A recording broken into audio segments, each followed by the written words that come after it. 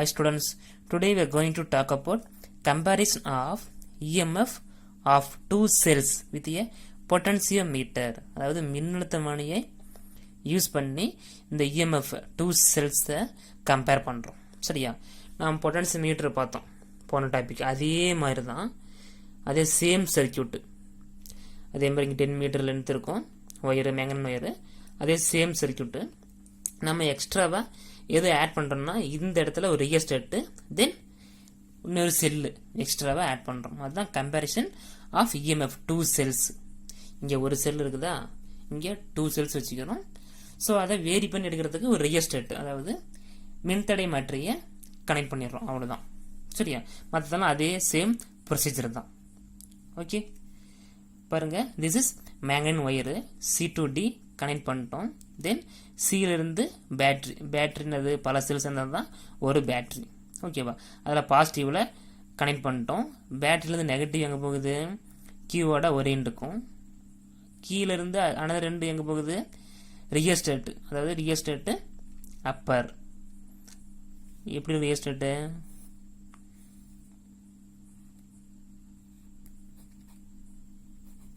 இது ஸ்டாண்டு, இது மேலே, இது அப்படியே அட்ஜஸ்ட் பண்ணுறது, அதாவது நகர்த்திட்டே வரலாம். இது நகர்த்திட்டே வந்தால் கரண்ட் வேரி ஆகும். அதை அம்மீட்டர் வச்சு நம்ம பார்க்கலாம். இங்கே கொடுத்துட்டோம். இது வந்துட்டு ஒரு ஸ்க்ரூ மேலே இருக்கும், ஒரு ஸ்க்ரூ கீழே இருக்கும். இது வந்துட்டு அப்பர், இது லோயரு. அப்போ அப்பரில் கொடுத்துட்டோம்.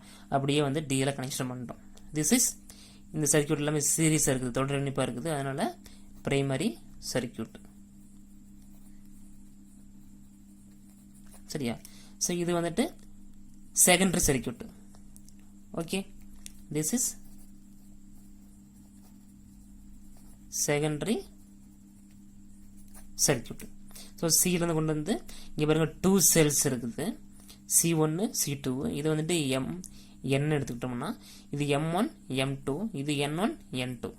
ஓகேவா, அப்போ சியிலேருந்து கொண்டு வந்து எம்முக்கு கனெக்ஷன் பண்ணுறோம். This is box is a DP DT box. இந்த பாக்ஸ் வந்துட்டு அதோட நேம் வந்துட்டு DP DT பாக்ஸ், அதாவது double pole double through.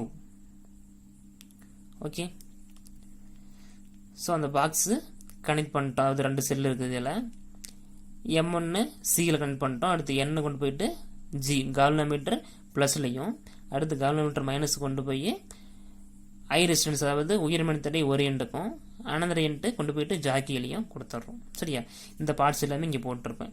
Battery, key, rheostat, EMF cell, galvanometer, high resistance, jockey. Okay, then அதே மாதிரி என்ன பண்ணுறோம், இதை கொண்டு போயிட்டு நம்ம இந்த மேங்கனின் ஒயர் மாதிரி ரப் பண்ணோன்னாவே கால்வனோமீட்டரில் டிஃப்ளெக்ஷன் காட்டும்.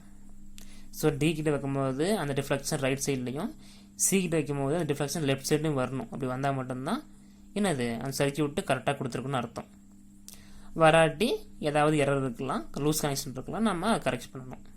ஓகே, ஸோ அப்படி எல்லாத்தையும் கரெக்ஷன் பண்ணிட்டு நம்ம மறுபடியும் வைக்கும் போது, டிகிட்ட வைக்கும் போது ரைட் சைடு போகுது, சிகிட்ட வைக்கும் போது லெஃப்ட் சைடு போகுது. அது அப்போ சர்க்கியூட்டு கரெக்டாக இருக்குது. சரியா, அப்போ டியிலேருந்து அப்படியே மூவ் பண்ணிட்டே வரும், ரப் பண்ணிட்டே வரும் ஜாக்கியை. அப்படி ரப் பண்ணும் போது அதில் டிஃப்ளெக்ஷன் ஆகிட்டே வரும். அதாவது இங்கே 5 இருக்குன்னு வச்சுக்கவே சொல்லிருப்பேன், 5 அப்படியே 0 வரைக்கும் வந்துகிட்டே இருக்கும். ஸோ இங்கே வந்து வச்சுக்கவே, இதுதான் இங்கே வரும்போது இதுதான் L1. ஓகே, இந்த J வந்துட்டு எங்கே வருது, இங்கே வந்துருச்சு J. அப்போ CJ, அப்போ இந்த பொட்டன்சியோமீட்டர் பேலன்சிங்காக இருக்குது. ஓகேவா, this is balancing length L1, 7 சை நீளம். ஓகே, பாருங்க, இந்த DP DT சுவிட்ச் டுவர்ட்ஸ் M1 N1. எப்படி, இதில் இதை மட்டும்தான் யூஸ் பண்ணுறோம், இதை கட் பண்ணிடுறோம். ஏன்னா ஒவ்வொன்றா தான் நம்ம பார்க்க முடியும் நம்ம. அப்போ இதை கட் பண்ணிடுவோம், இதை இணைச்சிட்றோம், இதை இணைச்சிட்றோம். ஓகேவா,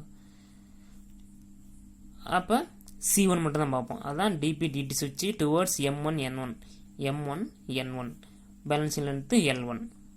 ஓகே, அப்போ இங்கே வரும்போது இதில் இந்த ஒயரில் ப்ரொடியூஸ் ஆகிற பொட்டன்ஷியல் டிஃப்ரென்ஸு, இந்த C இதில் ப்ரொடியூஸ் ஆகிற பொட்டன்ஷியல் டிஃப்ரென்ஸு ஈக்குவலாக இருக்கும். அப்படி ஈக்குவலாக இருக்கும்போது கால்வனோமீட்டரில் நல் டிஃப்ளெக்ஷன் காட்டுங்க, 0 டிஃப்ளெக்ஷன் காட்டும். ஓகேவா, 0 டிஃப்ளெக்ஷன் காட்டும். அப்போ C1 equal to IR L1. IR இதுதான் potential difference. L1 means balancing length. அடுத்து என்ன பண்ணுறோம்னா இதை எடுத்துக்கிட்டு இதை கட் பண்ணிடுறோம். சுவிட்ச் ஆன், இந்த பக்கம் சுவிட்ச் ஆன் பண்ணுறோம், இதை ஆஃப் பண்ணிட்டு இந்த பக்கம் சுவிட்ச் ஆன் பண்ணுறோம். அப்போ இதெல்லாம் கேன்சல் பண்ணிடுறோம், இதை கனெக்ட் பண்ணிடுறோம். அப்போ என்ன ஆகும், மறுபடியும் ரப் பண்ணிட்டே வரும். இது L1 கிடைச்சா L2 இங்கே கிடைக்குது. இந்த இடத்துலயே நம்மளுக்கு இந்த பொட்டன்ஷியல் டிஃப்ரென்ஸ் இது ஈக்குவலாக இருக்குது. அப்போ நல் டிஃப்ளெக்ஷன் காட்டிடுது. அப்போ திஸ் இஸ் L2. அப்படி இருக்கும்போது DP/dt சுவிட்ச் towards M2 N2 balancing length என்னது L2. ஓகேவா?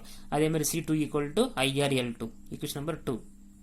இப்போ நம்ம என்ன பண்ணுறோம், அந்த 2 செல்லையும் கம்பேர் பண்ணுறோம். அப்போ dividing equation 1/2 C1/C2 equal to IR L1/IR L2 equal to IR cancel ஆயிரும். அப்போ C1/C2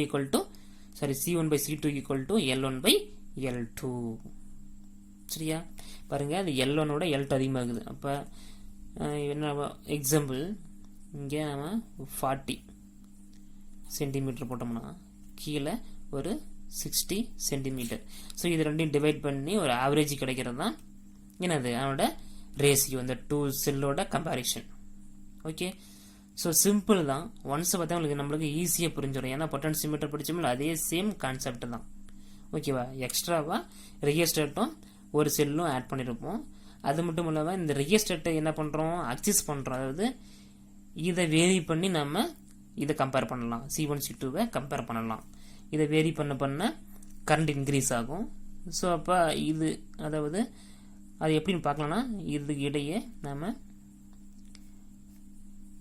இதுக்கிடையே ஒரு அம்மீட்டர் யூஸ் பண்ணலாம். ஒரு அம்மீட்டர் யூஸ் பண்ணி ரிஜிஸ்டர்ட் வேரி பண்ண இந்த அம்மீட்டரில் காட்டும். ஓகேவா? ஸோ அதில் இதில் வேரி பண்ண அம்மீட்டர், அதாவது கரண்ட் இன்க்ரீஸ் ஆகும், அது அம்மீட்டர் காட்டும். ஸோ அப்படி பண்ணியும் இந்த 2 செல்ஸையும் கம்பேர் பண்ணலாம். சரியா? ஸோ பொறுமையாக பாருங்கள். தேங்க்யூ.